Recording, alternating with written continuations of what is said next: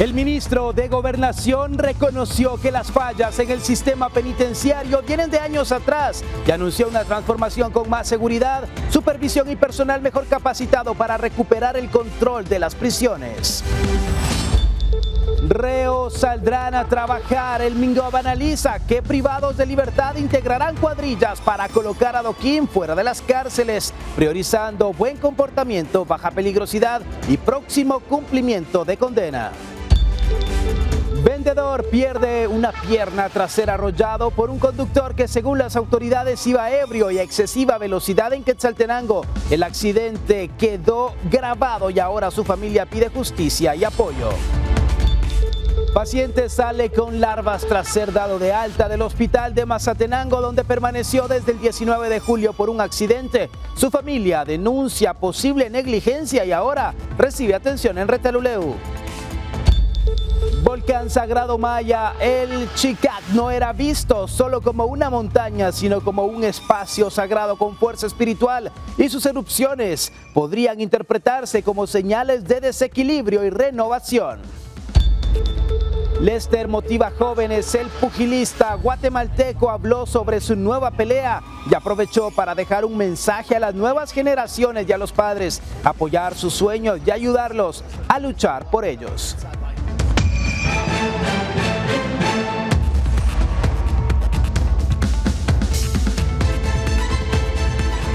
Bienvenidos, buenas noches, un gusto estar con usted aquí en Impacto Directo a través de Guatevisión. Soy Alexis Ponce, el equipo está preparado para llevarle el recorrido informativo y doy la bienvenida a nuestros panelistas. Hoy nos acompaña Héctor Pérez, médico de emergencias y psiquiatra, Roxana Sánchez, periodista, y Luis Fernando Urbina, comunicador y publicista. Hablemos de este caso, ya que el ministro de Gobernación ha reconocido que las fallas en las prisiones no son recientes y aseguró que la cartera trabaja en una transformación que incluye mejoras en los procesos de seguridad, supervisión y formación del personal penitenciario. Uno de los cambios planteados es la implementación de la carrera penitenciaria. Según el funcionario, ya fueron elaborados los reglamentos correspondientes y se encuentran en revisión para avanzar con su aplicación. El objetivo es establecer una estructura profesional para los guardias penitenciarios con procesos de capacitación, especialización y mejores condiciones laborales.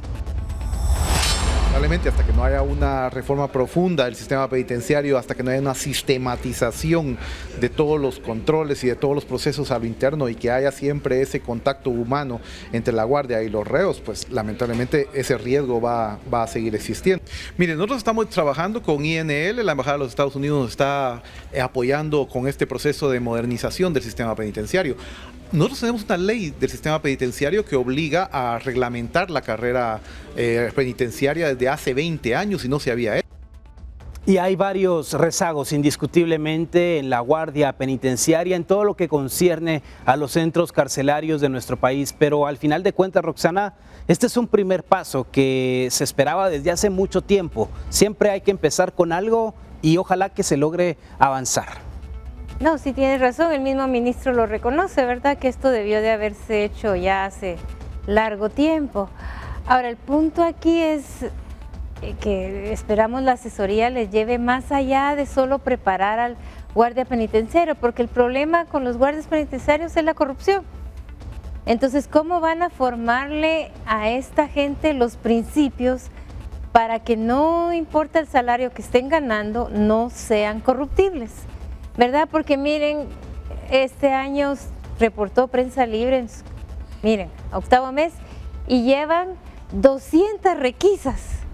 ¿Y por qué? Y en esas 200 requisas siempre encuentran cosas, ¿verdad? Entonces, ¿cómo van a lograr esa mística? ¿Cómo van a lograr que la Inspectoría de Penitenciaria garantice, ¿verdad? Porque claro que podemos modernizar las cárceles, podemos hacer todos los trámites, podemos recibir la mejor asesoría, pero la clave aquí va a ser el guardia, ¿verdad? Porque si hacen todo lo que hacen y no logran que un guardia deje de ser corrupto, entonces no va a servir, lamentablemente. Yo así lo miro, hay programas incluso para elegir a los guardias y luego, ok, se hace todo esto, supongamos se logra, ¿verdad? Porque tú lo has dicho, es un primer paso.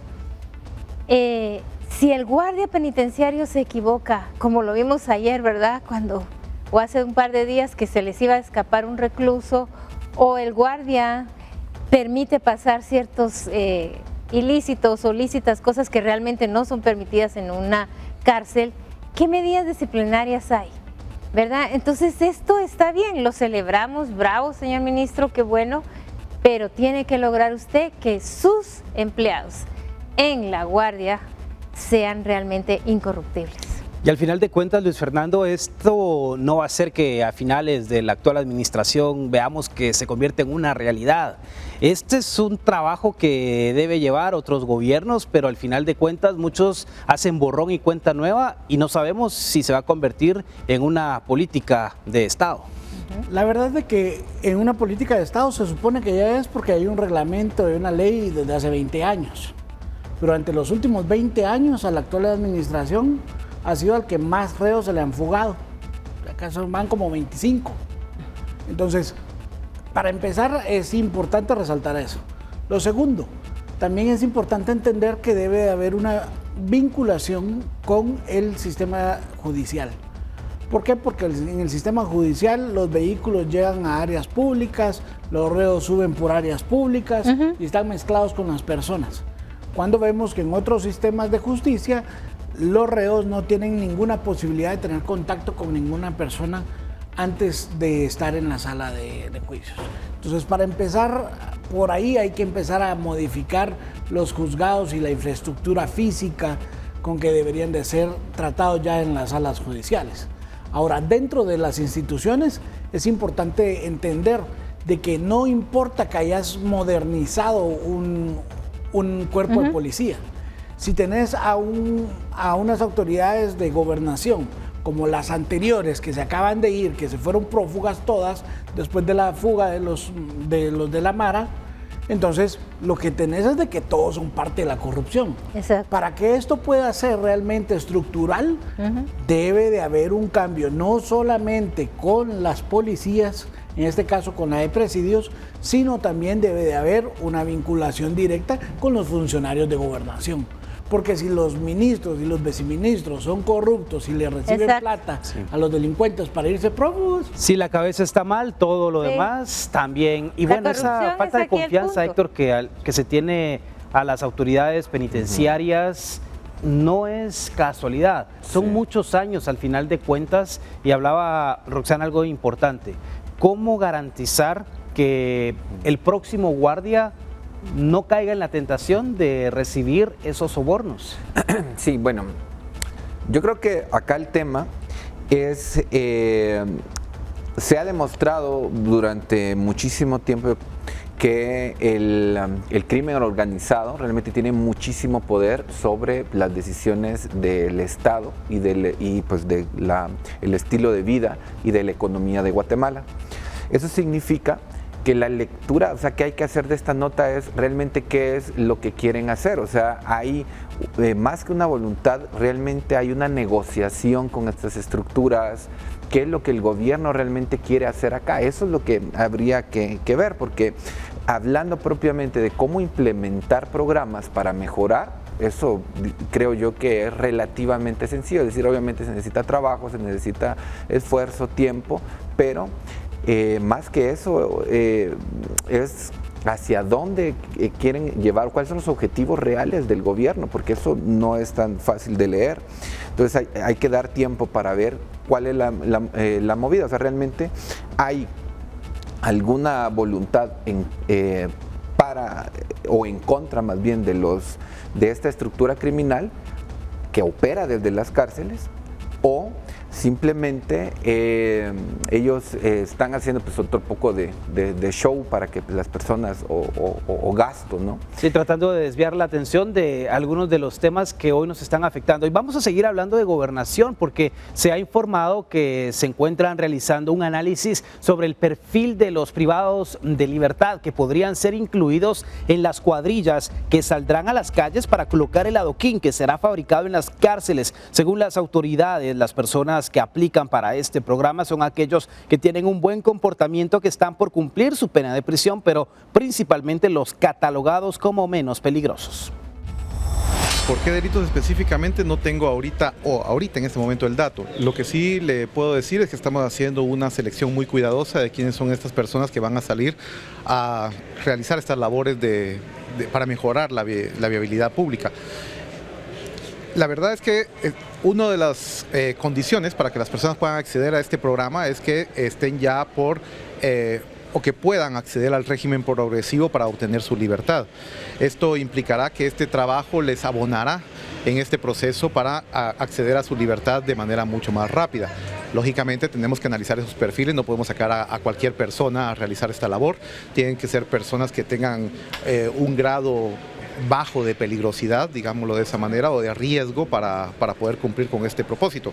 De ahí tenemos que ver cuál es la cantidad o digamos cuánta pena les falta por cumplir, cuánto les falta por acceder a este régimen progresivo, y basado en esas determinaciones es que vamos a hacer la selección para que estas personas conformen estas cuadrillas que van a salir a adoquinar la vía pública.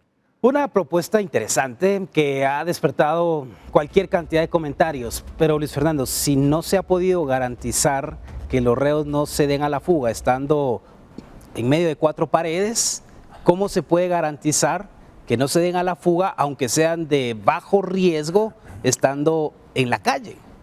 Yo creo que aquí es algo clave que el ministro sí mencionó y creo que es importante resaltar. Son los que están cercanos a cumplir su condena. O sea, ellos tienen ya tienen un pie afuera, ¿sí? Entonces, por eso es menor riesgo. Yo no creería que alguien que está cerca de cumplir la condena se fugue, sabiendo que le puede agregar 3 años más a su condena. Fácil, 3, 5 años más. Entonces creo que es positivo, creo que hay que darle la oportunidad a la gente que aprenda un oficio, que aprenda cosas que tal vez no sabía afuera, y lo otro, que pueda utilizar su fuerza física para adaptarse y saber que tiene que volver a trabajar, no a delinquir.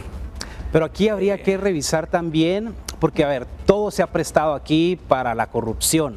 Alguien que pueda autorizar, que dar el visto bueno de, a ver, ahí está el reo Alexis, démosle la oportunidad que vaya él. Fíjate que es bien importante entender de que los sistemas son los que deberían de regir.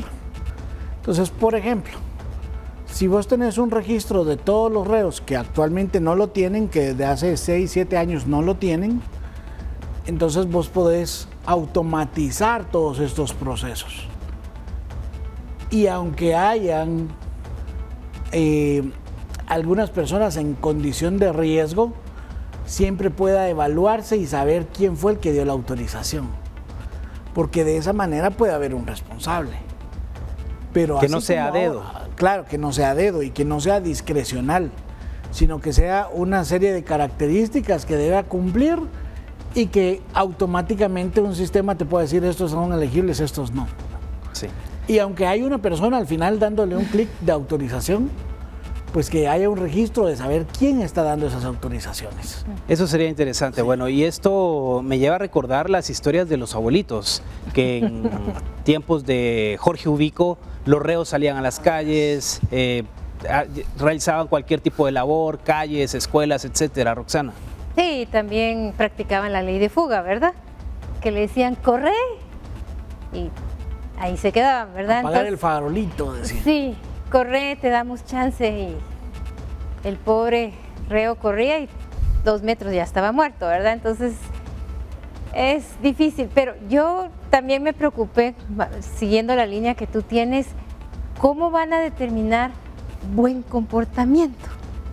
Porque sabemos que hay personas que se comportan bien en prisión, pero no significa que dejen de ser peligrosos.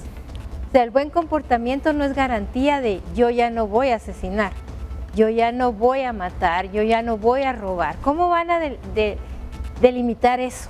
¿Verdad? Porque incluso decía el ministro delitos que no son graves. Entendería que tal vez no entraría un asesinato, por ejemplo. Eso espero, o sea, vuelvo a lo que dijo también Luis aquí, ¿cómo van a decirlo? Entonces yo cuando vi esta noticia sí me puse un poquito más a analizarla y le hago las preguntas y las anoté aquí, perdón, inteligente, los voy a leer. Dice, ¿quién va a autorizar las salidas?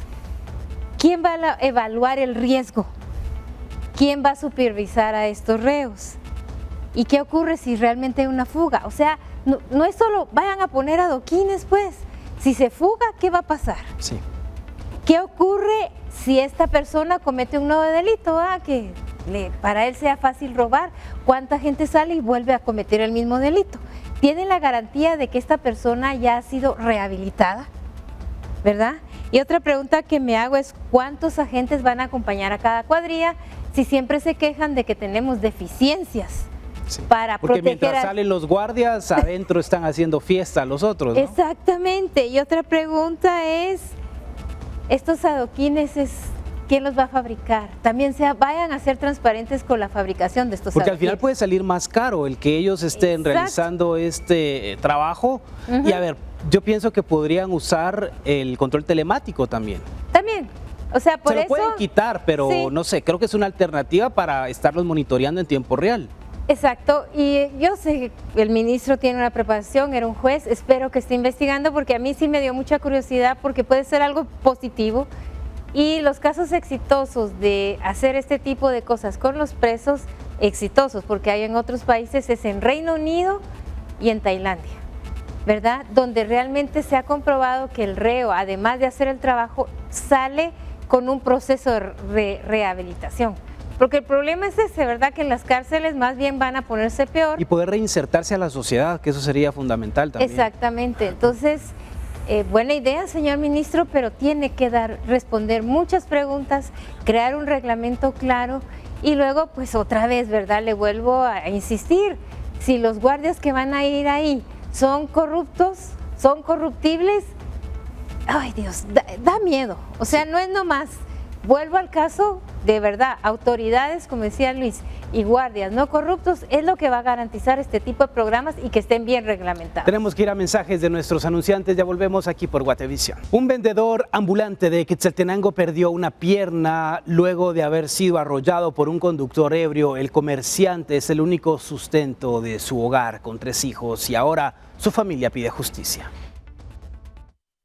Jerónimo Florencio Huachiac llevaba 10 años vendiendo accesorios para vehículos sobre la 4ª calle y 19 avenida de la zona 3 de Quetzaltenango.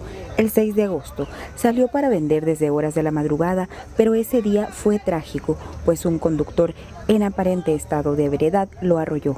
El fatal accidente quedó grabado por varios peatones y conductores que muestran las crudas imágenes del accidente, donde lamentablemente el vendedor perdió una de sus piernas. Desde el Hospital Regional de Occidente informamos acerca del ingreso de un paciente identificado como Jeremías Florencio Huachiac, quien ingresó a la emergencia del HRO debido a un accidente de tránsito suscitado en la zona 3 de Quetzaltenango el pasado 6 de agosto. Según refiere el informe médico, el paciente aún se encuentra en el hospital regional, donde ha sido trasladado a sala de operaciones, esto debido a la amputación de un miembro inferior. En este caso, el paciente pues ya salió de sala de operaciones y continuará su recuperación en el servicio de traumatología de hombres de este centro asistencial. El conductor responsable de los hechos fue identificado como Esvin Tajiboy, de 38 años, que según testigos del accidente manejaba a excesiva velocidad y perdió el control al girar en una curva y arrolló al vendedor. El conductor fue detenido y presentado ante juez competente para resolver su situación jurídica. La familia del vendedor exige justicia, ya que aseguran que es el único sustento de sus 3 hijos. Además, piden apoyo, pues aún se encuentra internado en el Hospital Regional de Occidente, reportó Lucero Zapalú. Difícil, sin lugar a dudas, cuando hablamos de los accidentes, de cómo no solo afectan a la persona, sino toda la familia al final se ve dañada y golpeada por ese tipo de situaciones, Héctor. Sí, bueno, la verdad es que un error muy común en nuestra sociedad es separar mente de cuerpo como que fueran 2 entes diferentes. Y se ve mucho cuando se habla de salud mental el hecho de decir, bueno, no, es que lo que vos tenés no, solo está en tu mente, ¿no? Como que si eso existiera. Esto es un momento donde pues, nos damos cuenta que no existe una afectación física que no vaya a afectar la salud mental. Cuando la OMS define la salud, define 3 aspectos importantes, que es la salud física, la mental y la social. Entonces, en realidad nosotros estamos acostumbrados a, cuando hablamos de salud, pensar en hospitales, pero ahí solo estamos tratando una pequeña parte de toda la gran necesidad que hay. Entonces yo creo que es un buen momento para darse cuenta que las necesidades que tenemos como pueblo con respecto a la salud no tiene que ver solo con hospitales a cualquier nivel, digamos puestos centros de salud o cualquier nivel de atención, sino realmente tiene que ver con políticas que tomen en cuenta la sociedad, cómo es que podemos manejar, porque digamos aquí se quedan nuevamente en un vacío donde el afectado, bueno, pues ahora va a tener una limitación física, sí, tiene una afectación mental y no hay una solución que realmente se pueda plantear porque son, digamos, los marginados, están fuera de lo que contempla la sociedad y el funcionamiento actual de del lugar donde nosotros vivimos, ¿no? Y es otro caso, Roxana, en donde la víctima tristemente pierde una de sus extremidades y donde queda simplemente a la espera de que el responsable pueda pagar su tratamiento, el conseguir una prótesis, pero ¿qué viene después de todo esto? Porque ya no va a poder ganarse la vida como antes. Pero eso es lo que se espera, Alexis. Pero ahí tenemos el caso de Larky.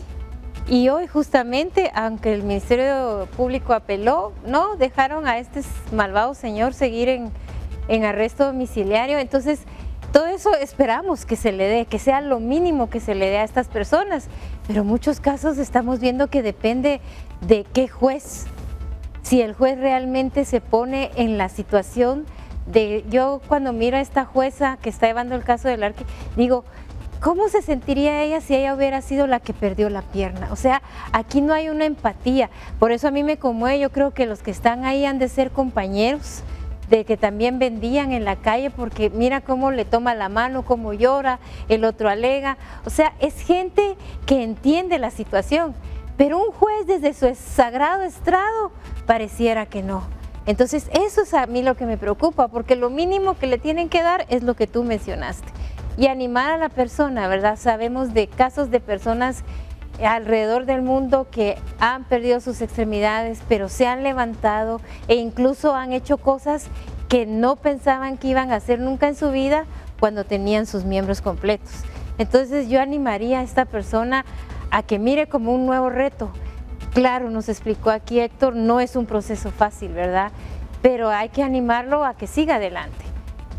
Quien quita hace cosas que no esperábamos, además de solo tener su venta. Esa segunda oportunidad, además, que la vida le ha dado y que podría considerarse también como un milagro, el estar vivo a pesar de lo fuerte que ha sido este impacto y de haber perdido una extremidad, Luis Fernando. Bueno, la verdad es que es una de las experiencias que te cambian la vida. Es completamente. ¿Por qué? Porque al final no vas a poder desarrollar tus actividades de una forma independiente. Empezás a ser una persona dependiente. Aparte de eso, también es tu herramienta de trabajo, porque si sos vendedor ambulante, entonces tus piernas son esenciales para lo que haces. Y no importa si lo que llevas a tu casa son 100, 200 quetzales, esa fuente de ingreso se va a ver afectada. No, realmente cuando hablas con personas que tienen una prótesis, tú puedes saber que hay cierto dolor, cierta adaptación, hay algunos procesos mentales que pueden ser depresión. Yo creo que aquí el doctor no nos dejará mentir de que incluso hay personas que desean quitarse la vida porque ya no se sienten completos y que pues, hay un riesgo de depresión muy fuerte.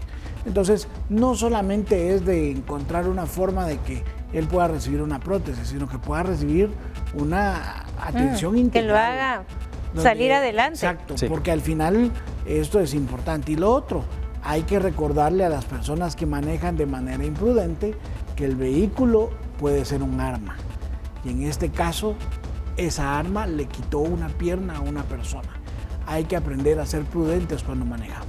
Familiares de un paciente del Hospital Nacional de Mazatenango, Suchitepeques, denuncian un presunto caso de negligencia médica al dar de alta a un paciente que aún tenía larvas y gusanos en las heridas del rostro. La Auxiliatura de Derechos Humanos ya recibió la denuncia e inició una investigación para determinar lo ocurrido. Familiares de Julio Méndez Acabal denuncian que el paciente fue dado de alta el pasado 5 de agosto con miasis en el rostro. Había ingresado el 19 de julio tras sufrir un accidente en el municipio de San José La Máquina y fue atendido en el Hospital Nacional de Mazatenango.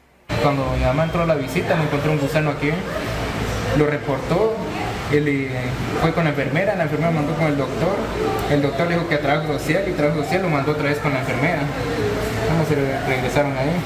Siguiente día, el martes, entró mi tío a ver y mientras estaba en la visita le encontró otro pero de este lado y lo volvió a reportar y ya justo ayer lo dieron de alta. Fue en la ambulancia, fue a traer, mientras estaba en la casa, cuando yo llegué, ya que llegué algo tarde después de él, pude ver algo en la boca, justo aquí, yo tenía como un hoyo directamente, entonces movía algo, cuando me acerqué y la alumbré, estaba lleno de larvas de mosca, puros gusanos que tenían toda esta parte. Según la familia, horas después de ser dado de alta, al realizarle la limpieza de las heridas en su vivienda, detectaron larvas y gusanos en el rostro. De inmediato lo trasladaron al Hospital Nacional de Retalhuleu.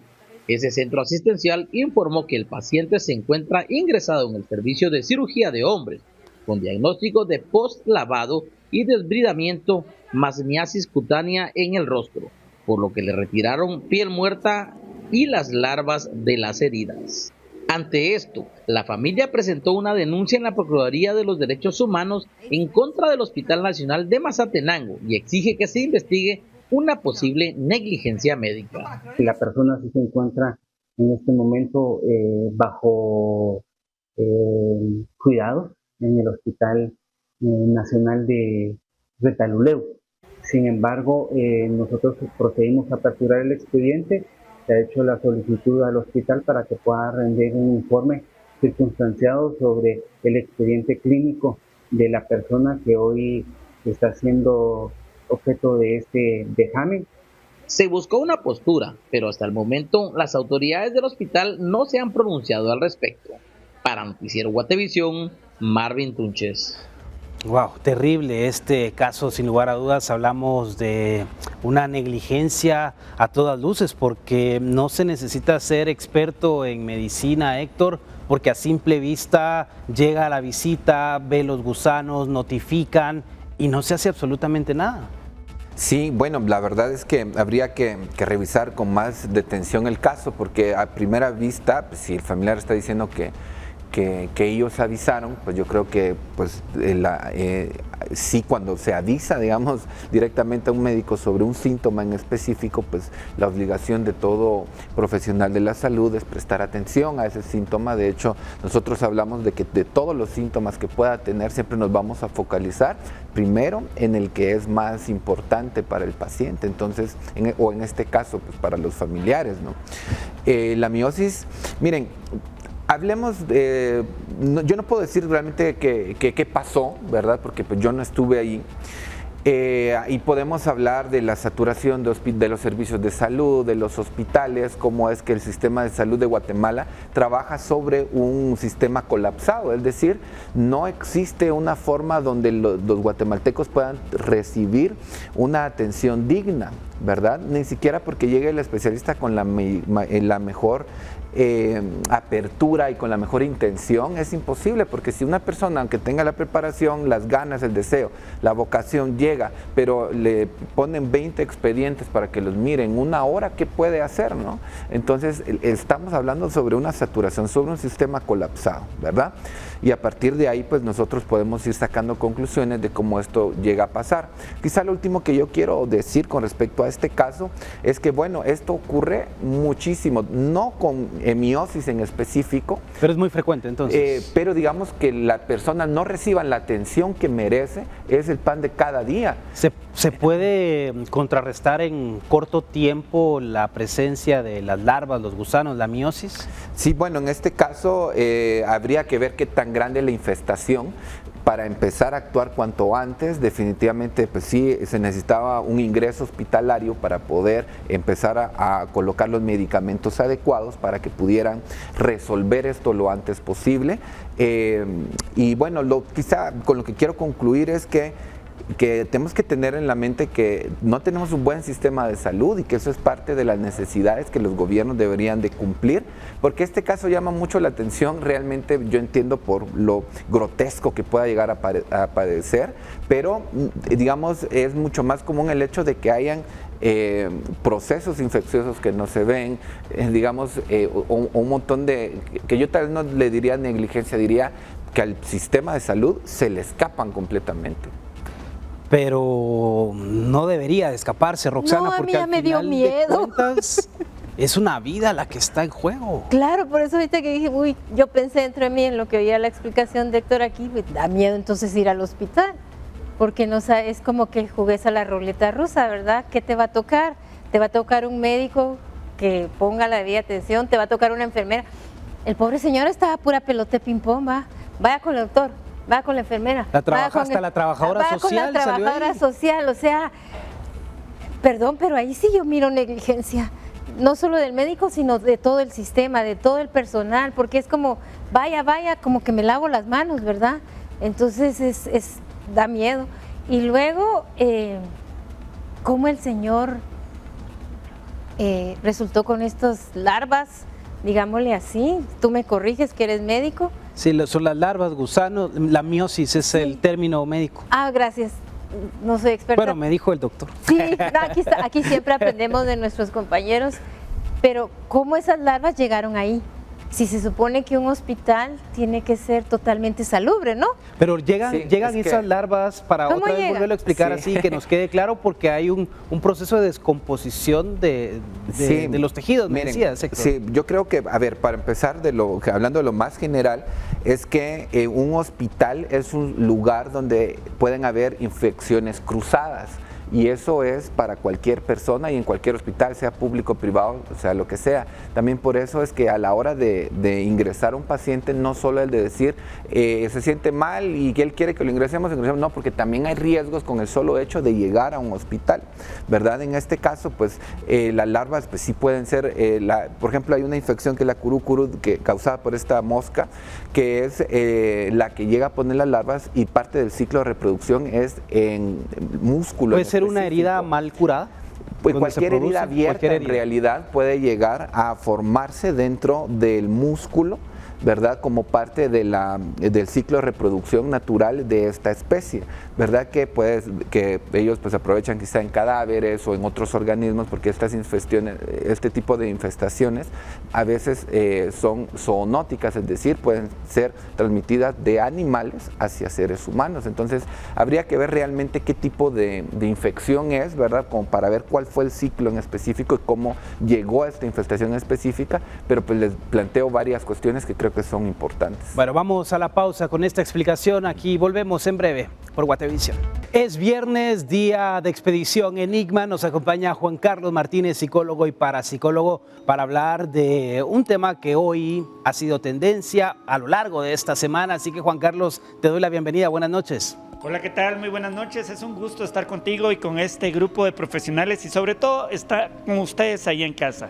Juan Carlos, el volcán de fuego que a inicios de semana fue noticia, la erupción, la actividad constante, que ahora, si bien se ha calmado un poco, todavía sigue la alerta amarilla en algunas localidades, pero hay un significado desde la cosmovisión maya de todo lo que hay detrás de esta actividad volcánica. Cuéntanos. Sí, es algo muy importante y va a seguir trabajando este volcán.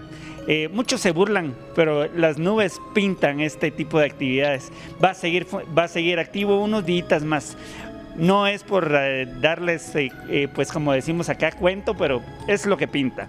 Pues hablar del volcán de agua es hablar precisamente de una época que estuvo dormido, 20 años que estuvo dormido, que volvió a despertar en los años 70 y pues sí, ahora está muy activo. Es algo que está dando mucho que hablar.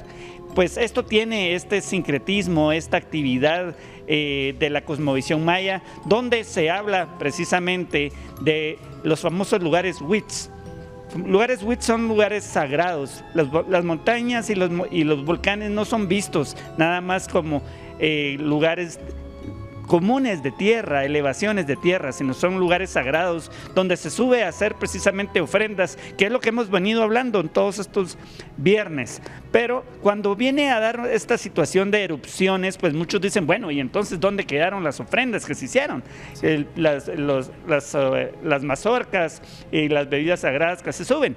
Pues déjenme contarles que para esta situación no está visto como algo que sea un desastre, sino es la culminación de un momento en el tiempo donde precisamente la ceniza y la lava termina un espacio, pero está iniciando otro.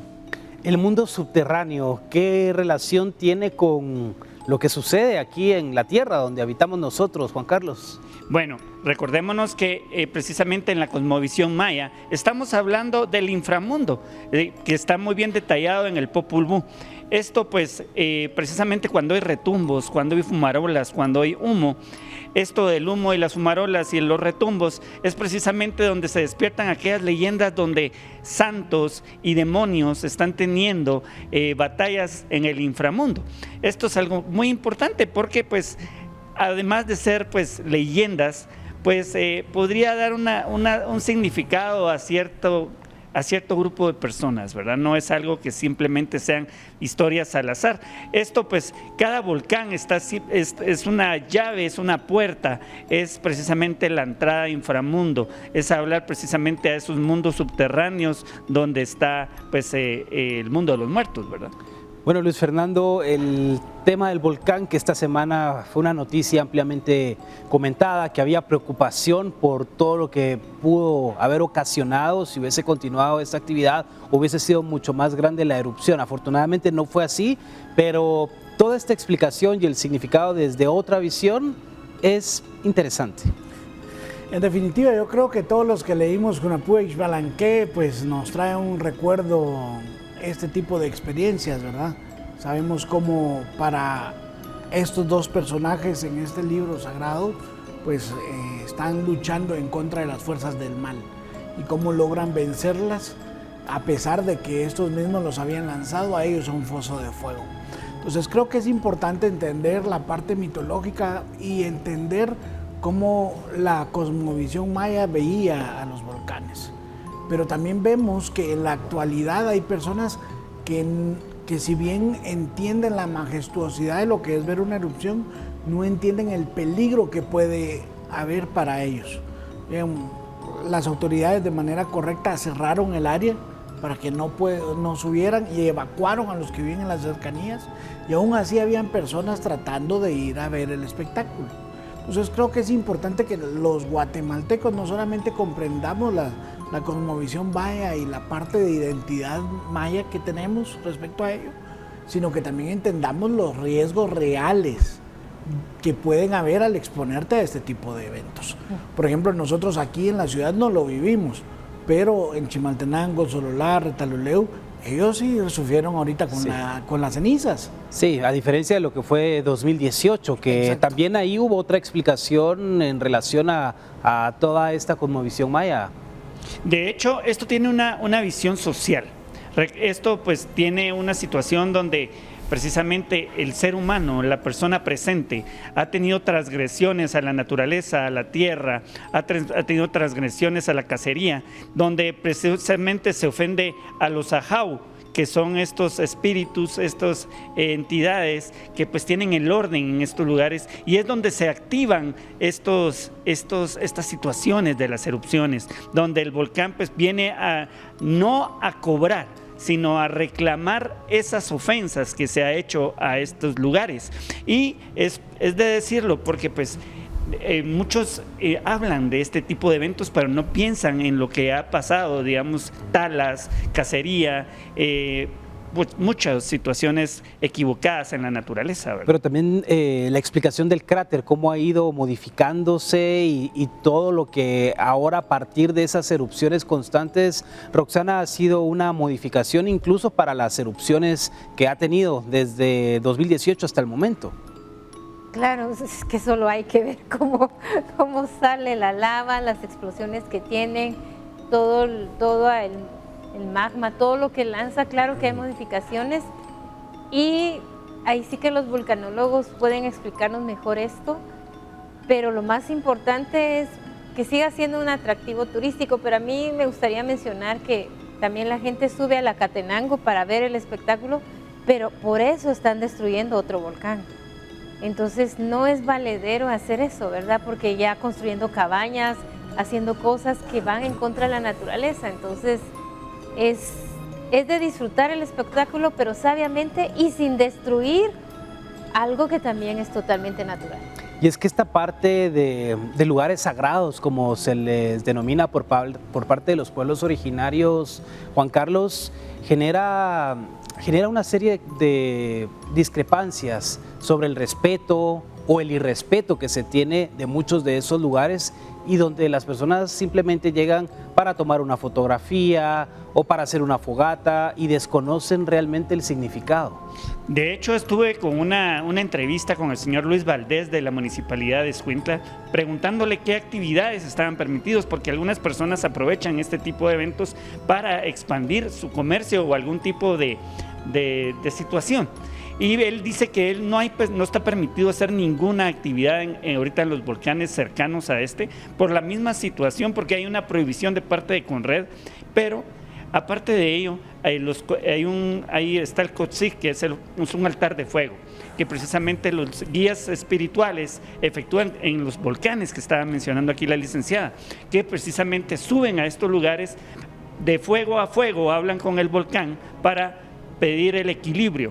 El guía espiritual jamás va a dar órdenes al volcán, sino simplemente va a solicitar ese equilibrio, ese endulzamiento a base de algunos rituales, de algunas situaciones propias de la fe del sincretismo maya, pero definitivamente causa muchas discrepancias la subida a estos volcanes, ¿verdad? Bueno, Juan Carlos, gracias por estar con nosotros este viernes aquí en Expedición Enigma. No, pues muchísimas gracias a ustedes y muchísimas gracias allá en casa, y recuerden bien que la actividad paranormal no se limita a cazar fantasmas. Juan Carlos Martínez, psicólogo y parapsicólogo, con nosotros aquí en Impacto Directo. Vamos a la pausa y regresamos. El pugilista guatemalteco ofreció este viernes una conferencia de prensa virtual para dar detalles de su nueva pelea, y durante la conversación también ofreció una reflexión para las nuevas generaciones de deportistas y sus padres. Escuchemos lo que ha dicho. Si les gusta algo, que nada ni nadie los detenga, porque no saben el resultado que van a tener al pasar de los años. Si se esfuerzan, si se dedican, si dejan de comer mucho azúcar, si toman bastante agua. Y no, eso no es para los niños, es para ustedes también, comer poca azúcar y tomar bastante agua. Creo que eso es en general para todos. Y también no solo decirle a los niños, decirle a los padres de familia que si su hijo, niño o niña tiene un sueño, por muy lejos que parezca, que no le corten las alas, porque en muchas ocasiones vi cómo personas y niños de mi edad tenían un gran potencial, pero gracias a los comentarios de los padres que les decía: ¿qué haces ahí? Solo te van a dejar más menso, solo te van a golpear. Ya no pudieron seguir, y esa persona a veces perdió el rumbo por estar en un deporte y sacarlo, se fue por malos pasos. Entonces, motivar también a los padres de familia y a las personas mayores que